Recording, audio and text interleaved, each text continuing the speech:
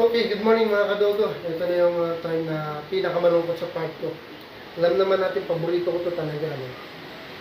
Kaya lang nag-usap kami ni Mrs. at medyo may konting hirap din. Dahil naintindihan ko naman yung maintenance at asikaso. So no choice ako. Ginawa ko na nga siyang main character ng vlog ko. Kaya lang wala, no choice ako. So parang na lang, best friend na. Ito muna, kami ihahatid ko muna to sa LRT kami magkikita ng kanyang magiging poor parent.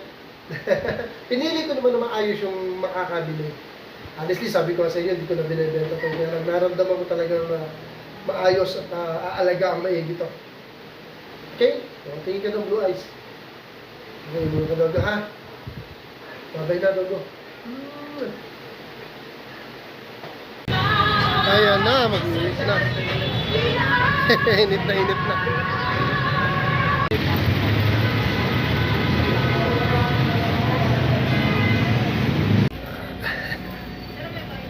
Papalamig.